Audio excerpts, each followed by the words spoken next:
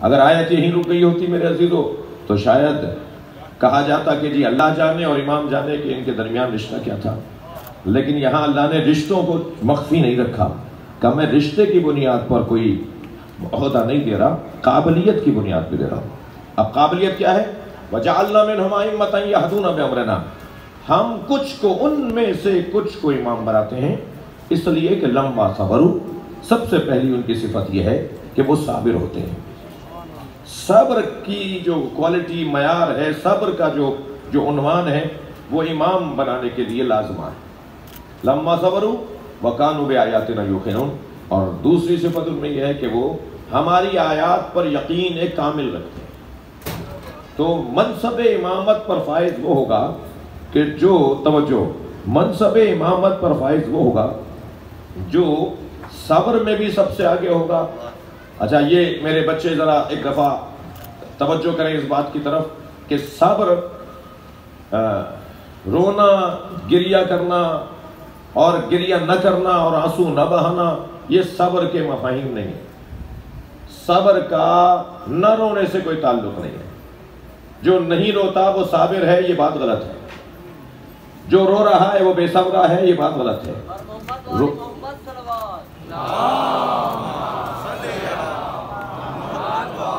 رونے سے صبر کا یا صبر نہ ہونے کا کوئی تعلق نہیں ہے، بلکہ رونے کا تعلق تو انسانیت سے ہے۔ جو جتنا بڑا انسان ہوتا ہے اتنا ہی اس کا دل نرم ہوتا ہے، اور جس کا دل جتنا نرم ہوگا اتنا ہی اس کی آنکھوں میں آنسو آئیں گے۔ یہ بات طے ہے، ہر نبی کو اللہ نے رونے کے لیے آمادہ کیا ہے اور یبکو کثیرہ کہہ کر یاد کیا ہے، زیادہ رونے والے لوگ ہیں۔ اور مناجاتوں میں رونا، غریب کو دیکھ کر رونا، کسی یتیم کو دیکھ کر رونا، بار بار آنکھوں میں آنسو آنا، یہ بہت بڑا ہنر ہے، بہت بڑا کام ہے۔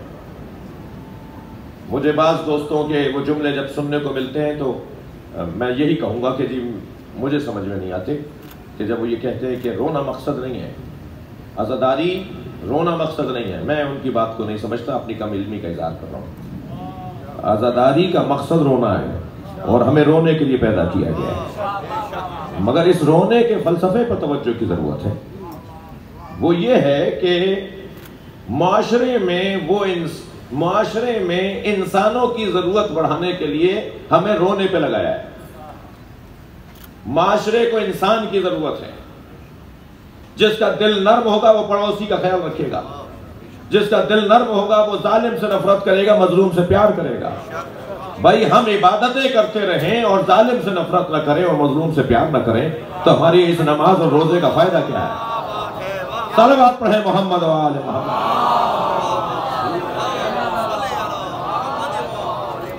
ہماری تمام عبادتیں ہمیں کروائی اس لیے جا رہی ہیں تاکہ ہمیں اچھے انسان بن جائیں۔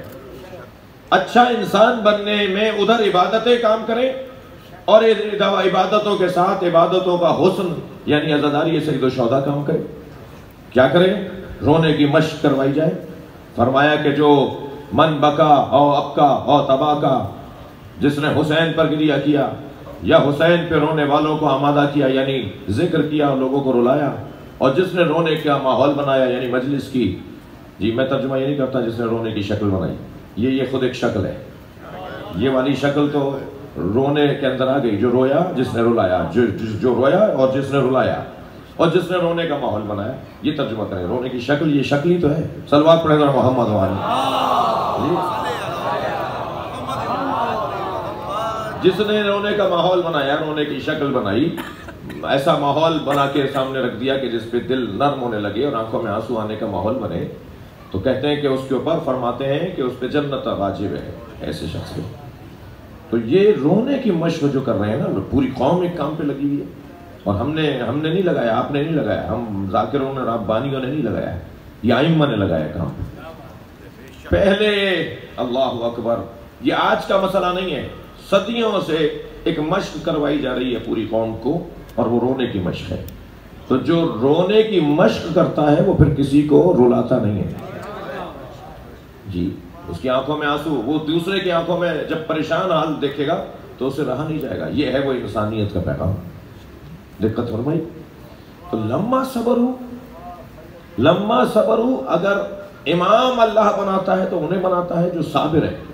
تو صابر کا مطلب یہ نہیں ہے کہ آنکھیں خشک ہو جائیں، آنکھیں پتھرا جائیں، آنکھوں میں آنسو نہ آئیں، اسے صابر نہیں کہتے. صابر اسے کہتے ہیں جو میدان میں ڈٹا رہے، استقامت کا مظاہرہ کرے اور اپنے برے حالات کا سامنا کرے، یہ کہہ کر لوٹ نہ جائے کہ یہ مجھ سے نہیں ہوگا، بلکہ ہر مشکل کام بھی یہ کہے کہ مجھ سے ہوگا، اسے صابر کہا جاتا ہے. صلوات پڑھے محمد و آلہ.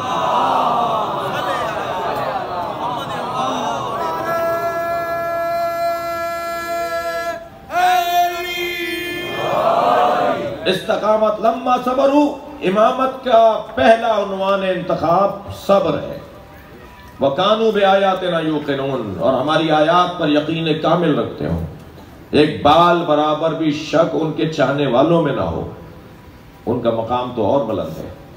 یہ امامت کی شرائط اللہ نے قرآن سورہ سجدہ تھا، یہ جو میں نے آپ کے سامنے آیت پڑھی، اس کے اندر امامت کی شرائط کو بیان کر دیا. اور یہ جو آیت میں نے آپ کے سامنے تلاوت کی ہے، یہ آیت ہے سورہ بقرہ کی آیت، معاف کیجیے گا، سورہ آل عمران کی آیت. اور اس کے اندر اللہ سورہ آل عمران 138ویں آیت، اس میں اللہ امامت کی شرائط کو اور صفات کو بیان کر رہا ہے.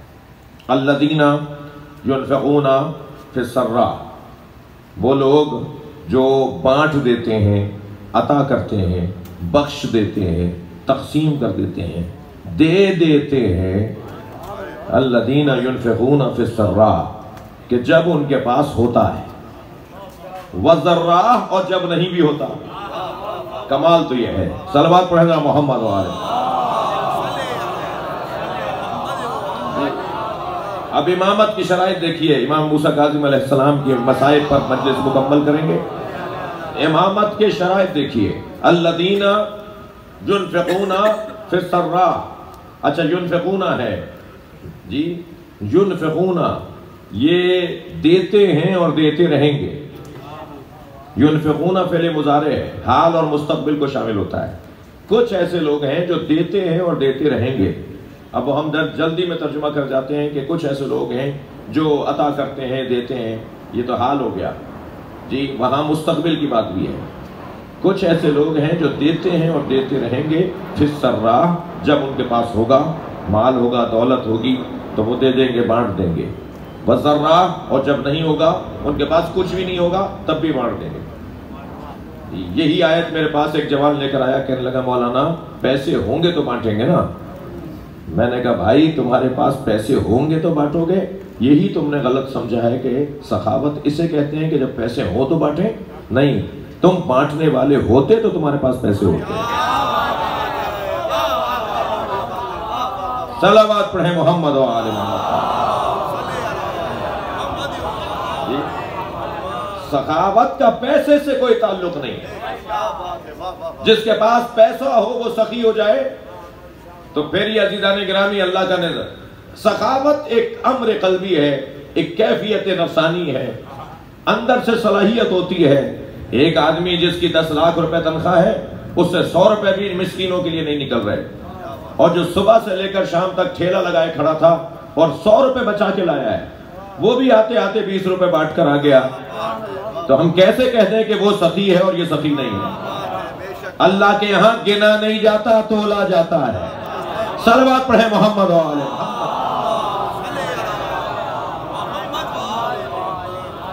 اللہ کی خاطر کون دے رہا ہے؟ ممکن ہے کسی کے 5 لاکھ قبول نہ ہو اور ممکن ہے کسی کے 50 روپے قبول ہو جائے. تو سخاوت کا تعلق پیسے سے نہیں ہے. سخاوت ایک امر قلبی ہے، ایک کیفیت نفسانی ہے.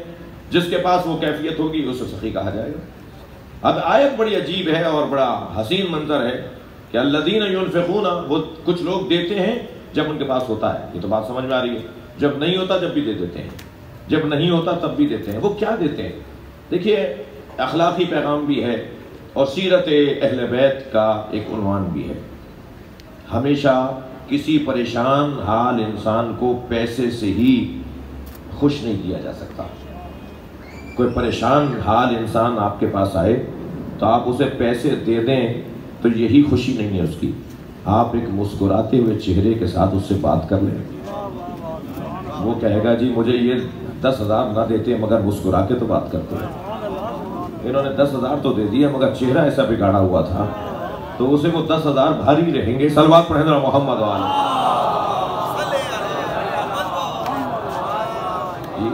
مسکرا کے بات کرنا.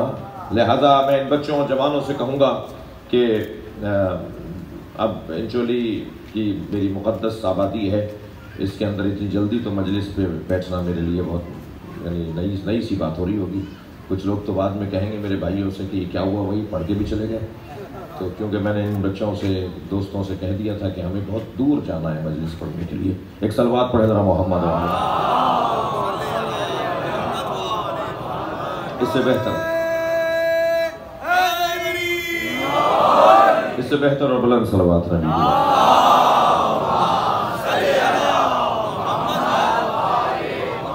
تو حدیث میں آپ کو سنا رہا ہوں کہ نبی فرماتے ہیں کہ مسکرا کر کسی سے بات کرنا بھی انسان کی زندگی کی زکوٰۃ ہے. یہ جو اللہ ہم سے روزانہ زکوٰۃ مانگ رہا ہے نا، اقیموا الصلاۃ وآتوا الزکاۃ، نماز پڑھو زکوٰۃ دو، نماز پڑھو زکوٰۃ دو، تو یہ کسی سے مسکرا کے بات کرنا بھی یہ زکوٰۃ کی ایک قسم ہے. البتہ شرعی تقاضوں کا خیال رکھیے گا. صلوات پڑھیں ذرا محمد والے.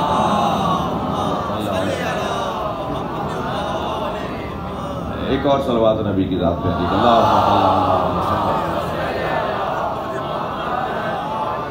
جب ہوتا ہے تب بھی دے دیتے ہیں، نہیں ہوتا تب بھی دے دیتے ہیں. ينفقون في السراء والضراء والكاظمين الغيظ.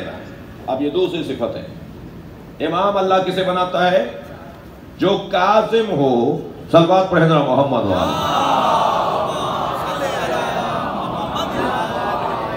جو کاظم ہو، اپنے دشمن کو، اپنے مخالف کو معاف کرنے کا اہل اور قابل ہو. کاظم اور صابر میں بڑا فرق ہے. صابر پھر ایک درجہ کم کیفیت ہے، کاظم اس سے زیادہ مشکل مرحلہ ہے. کاظم خالصتاً دشمنی اور مخالفت کے مقابلے میں ایک اپنی کیفیت کو کہا جاتا ہے، ایک اس کی کیفیت کو کہا جاتا ہے جسے کاظم کہتے ہیں. آپ آمادہ ہیں، مجلس بڑے غور سے سن رہے ہیں، تو میں یہی ایک جملہ کہہ دوں. یہاں کاظمین کہا ہے اللہ نے 12 کے 12 اماموں کو کاظم بنایا ہے. یہ سب کے سب کاظم ہیں. یہ حسن ہے اس گھرانے کا، یہ سب صادق ہیں، یہ سب کاظم ہیں، یہ سب باقر ہیں، یہ سب تقی ہیں، یہ سب نقی ہیں، یہ سب عسکری ہیں، یہ سب مہدی ہیں. صلوات پڑھے محمد والے. اللہ نے ان سب کو وہ سب صلاحیتیں دے کر بھیجا ہے، مگر جیسے ہر نبی کو اس کے زمانے کے مطابق معجزہ دیا. ہنر دیکھیے اس گھرانے کا، مقام دیکھیے اس گھرانے کا. ہر نبی کو اس نبی کے زمانے کے حالات کے مطابق معجزہ عطا کیا اللہ نے. حضرت داؤد کے زمانے میں اسلحہ سازی کا دور تھا. تلواریں، نیزے، بھالے، برچیاں بنائی جاتی تھیں، خود بنائے جاتے تھے، زرائیں بنائی جاتی تھیں. لوہا زیادہ استعمال میں تھا، جنگوں کا دور تھا. حضرت داؤد کے ہاتھ میں اللہ نے معجزہ عطا کیا. کئی معجزوں میں ایک معجزہ تلواروں کا، ہاتھ سے تلوار بنا لیتے تھے، ہاتھ سے دھار دے دیتے تھے، کسی چیز کی ضرورت ہی نہیں ہوتی تھی. اور اس زمانے میں گلے کا استعمال بہت زیادہ تھا، ہر گھر میں کوئی نہ کوئی گنگناتا رہتا تھا. تو اللہ نے حضرت داؤد کو جو لہن دیا اسے لہن داؤدی کے نام سے ہم یاد کرتے ہیں. تو جو گنگنانے والوں میں اور گلے سے صلوات پڑھ لیں ذرا محمد والے. اور اسی طرح حضرت موسیٰ کے زمانے میں، اسی طرح حضرت عیسیٰ کے زمانے میں، حضرت ابراہیم کے زمانے میں جس طرح کی ضرورت تھی اس کمال کو اللہ نے اپنے نمائندے میں رکھا. تو یہی ان کا معجزہ تھا. مگر میرے محترم سننے والے عزیزو، ہر نبی کو اللہ نے مادی معجزہ دیا ہے. کمال ہے ہمارے نبی کا اور نبی کے 12 وصیوں کا، 12 اماموں کا اور سرکار دو جہاں کا. یہ کمال ہے کہ ہر نبی کو اللہ نے مادی معجزہ دیا. مثال کے طور پر عصائے حضرت موسیٰ. آج عصائے حضرت موسیٰ کسی میوزیم سے مل جائے اور آپ دریا پہ مار کے دکھائیں، اگر رستہ بن جائے تو جانو. کسی پتھر پہ مار کے دکھائیں، چشمہ نکلے تو پتہ چلے. عصا تو وہی ہے، شاید اس کی جو ادارہ ہوتا ہے جو تصدیق کرتا ہے کہ کتنا پرانا ہے، تصدیق کرتا ہے یہ وہی ہے یا نہیں ہے. آج تو یہ بھی سائنس نے طے کر لیا نا کہ معلوم ہو جاتا ہے تو ممکن ہے یہ طے ہو جائے کہ ایسا وہی ہے، مگر وہ ایسا معجزہ نہیں دکھائے گا، اس لیے کہ وہ عمل تھا، اور عمل زمانے کا محتاج ہوتا ہے، زمانہ بدلتا ہے، عمل ختم ہو جاتا ہے۔ لیکن اللہ نے ہمارے نبی کو اور ائمہ اہل بیت کو عملی معجزے نہیں دیے ہیں، بلکہ علمی اور روحانی اور مانوی معجزے دیے ہیں، جو ہر زمانے کی ضرورت ہے، جو ہمیشہ کی ضرورت ہے۔ یہاں دوسری صفت یہ ہے کہ یہ کاظمین ہیں، غصے کو پی جانے والے ہیں، غصے کو ختم کر جانے والے ہیں، یہ کاظم ہیں، کظم غیظ کرنے والے ہیں۔ والعافین عن الناس، اور تیسری صفت یہ ہے کہ یہ لوگوں کو معاف کرنے کی سب سے زیادہ صلاحیت رکھتے ہیں۔ امامت کی صفات دیکھیے ذرا، قرآنی صفات، یہ لوگوں کو معاف کرنے کی سب سے زیادہ صلاحیت رکھتے ہیں۔ بیان مصائب میں نہیں ہوں، لیکن یہ بات آپ نے بارہا پڑھی اور سنی ہے کہ جب حسین ابن نمیر آیا ہے، امام سجاد کے گھر ٹھہرا ہے، تو نقاب لگائے رکھا، اس نے نقاب لگائے رکھی کہ کسی طرح یہ پہچانے نہیں، لیکن جب دوسرے دن جانے لگا اور امام نے فرمایا اس کے پاس سواری نہیں ہے، اسے گھوڑا بھی دے دو، تو اس نے کہا کہ آپ نے مجھے پہچانا نہیں، تو حضرت نے فرمایا میں اپنے بھائی علی اکبر کے قاتل کو کیسے بلاؤں گا؟ فرق یہ ہے کہ کل ہم تمہارے مہمان تھے، آج تم ہمارے مہمان ہو۔ کھانا بھی کھلایا، سواری بھی دی، آرام بھی کروایا۔ یہ گھرانہ والعافین عن الناس درگزر کرتے ہیں، یہ رستے کے پتھروں پہ رکتے ہی نہیں ہیں۔ یہ میرے اور آپ کے لیے رکاوٹیں اور پتھر ہوں گے، بیریئر ہوں گے کہ ہم ایک چیز کو لیے بیٹھے ہیں 10 سال سے۔ آگے بڑھو، بہت والی مرحلوں کو دیکھو، بعد والی منزلوں کو دیکھو، تمہارا مطلب اور مقصد تو کہیں اور تک جانا تھا، یہ تم اس میں الجھ کے 4 دن ضائع کر رہے ہو اپنے۔ یہ پیغام ہے ائمہ اہل بیت کی اس زندگی کا، ان صفات کا۔ والعافین عن الناس واللہ یحب المحسنین۔ اور چوتھی صفت کہہ لیجئے یا چوتھا عنوان فضیلت کہہ لیجئے ائمہ کا، وہ یہ ہے کہ اللہ محسنوں سے محبت کرتا ہے۔ اللہ اکبر۔ امت تو محسنوں کو بھلا دیتی ہے یہ کہہ کر کہ ابو طالب نے کلمہ ہی نہیں پڑھا، لیکن اللہ محسنوں کو ہمیشہ یاد رکھے گا، اور جس سے اللہ محبت کرتا ہے تو پھر اللہ ہی ان کی محبت دلوں میں ڈالتا ہے۔ لہذا قرآن ایک اور مرحلے پر ارشاد ہوتا ہے ان الذین آمنوا وعملوا الصالحات سیجعل لهم الرحمن ودا۔ صاحبان ایمان اور صاحبان کردار کو اللہ زندہ دیکھنا چاہتا ہے، ان کی محبت کو لوگوں کے دلوں میں اللہ ڈالتا ہے۔ میرے اور آپ کے دل میں اگر ان ہستیوں کی محبت ہے تو یہ اللہ نے ڈالی ہے۔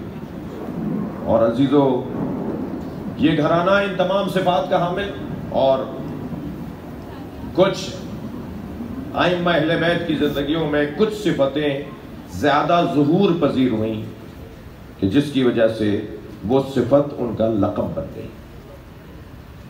جی، کاظم سب ہیں، مگر یہ صفت سب میں صفت ہے۔ امام کاظم کے ہاں لقب ہے۔ صادق سب ہیں، ہر امام کے ہاں یہ صفت ہے، مگر امام جعفر کے ہاں یہ لقب ہے۔ جب صفت غالب آ جائے ذات کے اوپر تو وہ لقب بن جاتی ہے۔ صلوات پڑھیں ذرا محمد و آل محمد۔ اور یہاں صفت کظم اور صفت کاظم امام کے ہاں لقب قرار پایا ہے۔ زندگی کا بڑا حسین اور نادر منظر ہے جب امام موسیٰ کاظم کی زندگی پہ غور کریں۔ موسیٰ اللہ نے 2 رکھے ہیں، تھک تو نہیں رہے میری باتوں سے؟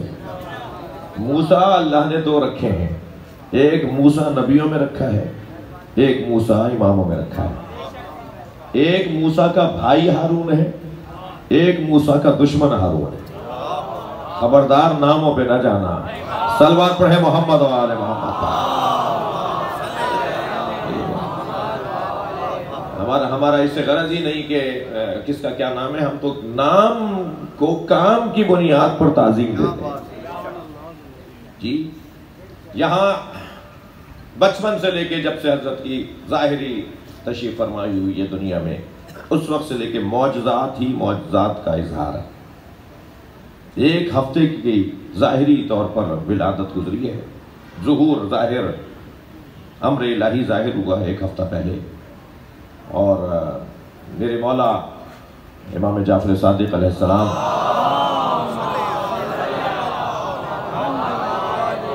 کہ ایک مشہور شاگرد جناب حشام تشریف لائے، اور جب امام سے ملاقات کی تو امام نے فرمایا اپنے امام کو بھی تو سلام کرو۔ کہا مولا آپ میرے امام ہیں؟ کہا کہ وہ گہوارے میں جو لیٹا ہوا ہے وہ میرے باپ تمہارا امام ہے۔ تو تعجب سے آگے بڑھے اور آواز دی السلام علیکم، تو جواب حضرت نے فصیح عربی میں جواب دیا، اور جیسے ہی مولا امام موسیٰ کاظم نے جواب دیا تو فوراً دوسرا جملہ فرمایا کہ کل تم نے اپنی بیٹی کا نام حمیرہ رکھا ہے، ہمیں یہ نام پسند نہیں ہے، نام بدل دو۔ وہ کہتے ہیں میں یہ بتانا ہی آیا تھا کہ اللہ نے مجھے بیٹی دی ہے، میں نے نام حمیرہ رکھا ہے، اس سے پہلے کہ حشام بتاتے امام موسیٰ کاظم نے پہلے بتا دیا۔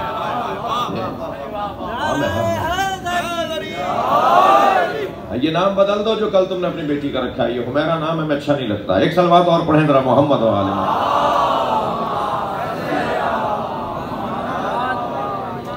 یہ اول ظاہری حیات کے اوائل سے لے کر اور امام کی شہادت تک معجزے ہی معجزے ہیں آپ کی زندگی میں۔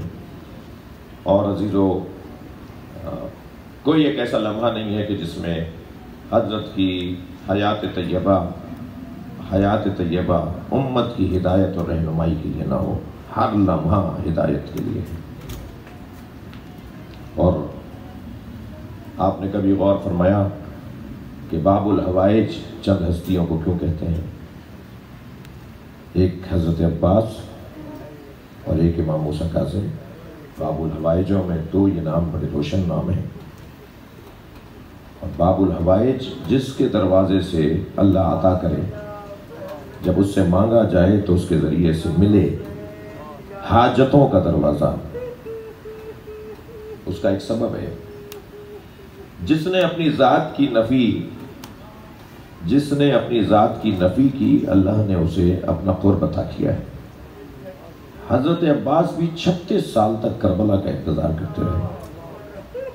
ہر جگہ یہی کہا جاتا تھا کہ عباس یہ کربلا نہیں، تمہیں کربلا کے لیے مانگا گیا ہے۔ اور جب کربلا پہنچے ہیں تو حضرت عباس نے جس شان سے کربلا میں خیمے لگائے ہیں، وہ بتاتے ہیں کہ حضرت عباس کو کربلا کا کتنا انتظار تھا۔ حضرت عباس کو، اور پھر جب نہر سے خیمے ہٹانے کے لیے شمر کا لشکر بڑھائے تو اس وقت جلال ابو الفضل عباس دیدنی تھا کہ خط کھینچ کر کھڑے ہو گئے تھے کہ کسی میں ہمت ہے تو خط باندھ کے دکھائیں۔ اور پھر توجہ چاہوں گا، پھر اس کے بعد جب لشکر آگے بڑھا تو حضرت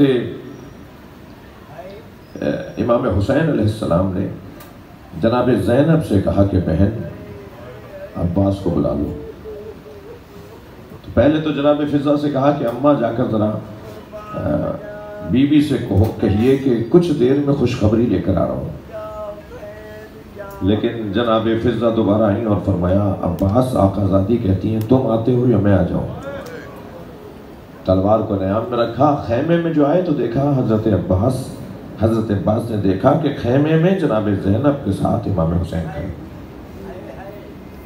پھر 7 محرم کو، پھر 9 محرم کو، کہاں کہاں حضرت عباس نے اپنی ذات کی نفی نہیں کی، اور جب اپنی ذات کو ختم کر دیا تو پھر اللہ نے انہیں باب الحوائج بنا دیا۔ اب قیامت تک عباس سے مانگیں گے تو اللہ دے گا۔ امام موسیٰ کاظم بھی باب الحوائج ہیں، اور باب الحوائج اجرکم اللہ، باب الحوائج اس انداز سے کہ 1-2 سال نہیں، 14 سال جس نے قید کاٹی ہو، جس کی بیٹیاں یاد کر کر کے اسے بلاتی ہوں، جس کے کثرت سے بچے ہوں، اور جس کا جنازہ مزدور اٹھا رہے ہوں،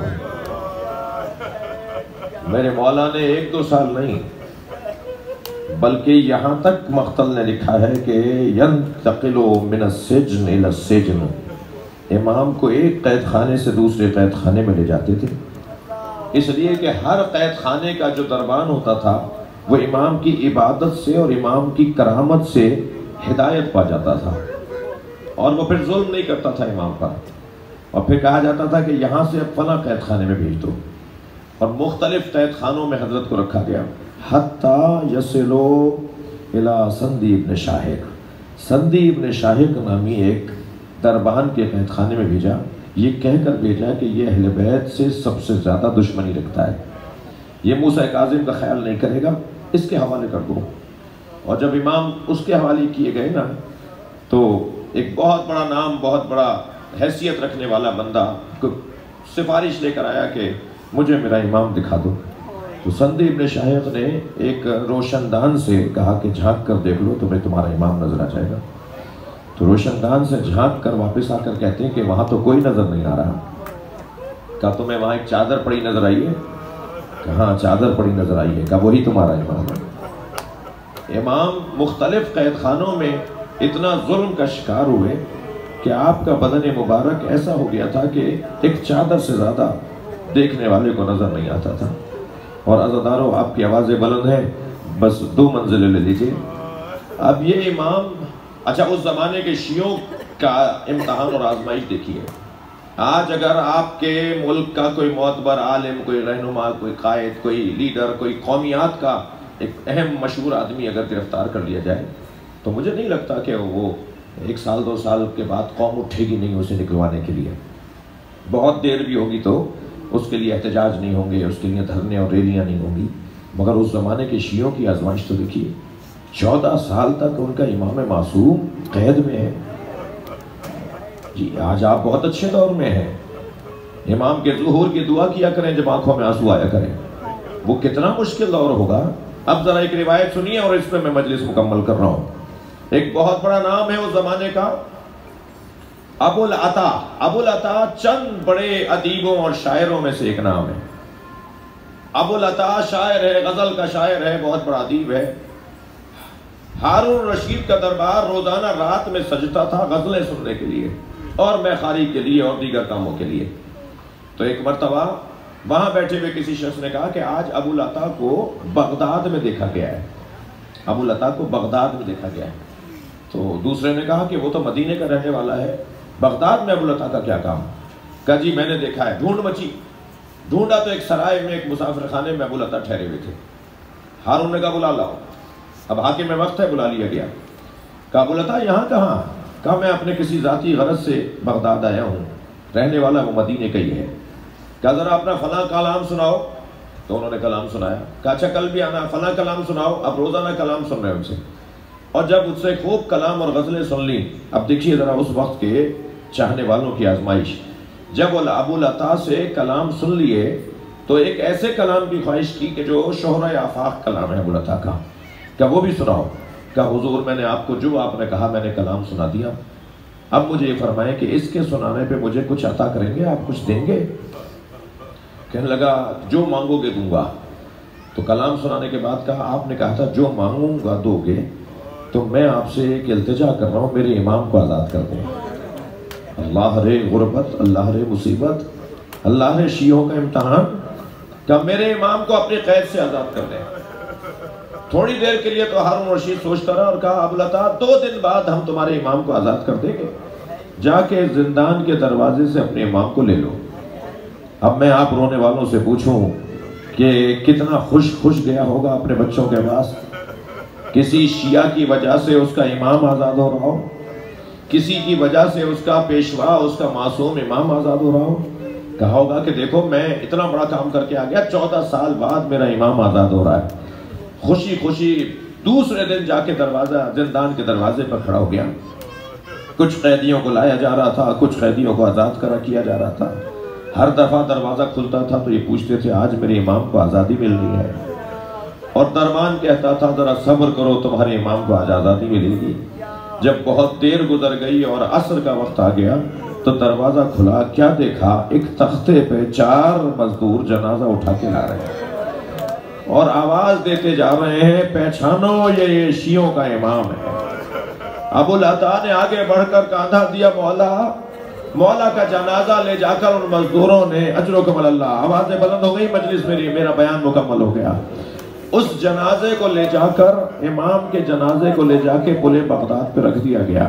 1 رات پہلے بغداد کے ایک لوہار کے خواب میں جناب زہرا آئی اور بی بی نے آ کر کہا کل میرے حسین کے ہاتھوں سے بیڑیاں اتار دو، ہتھکڑیاں اتار دو، توق اتار دو میرے حسین کے ہاتھوں سے۔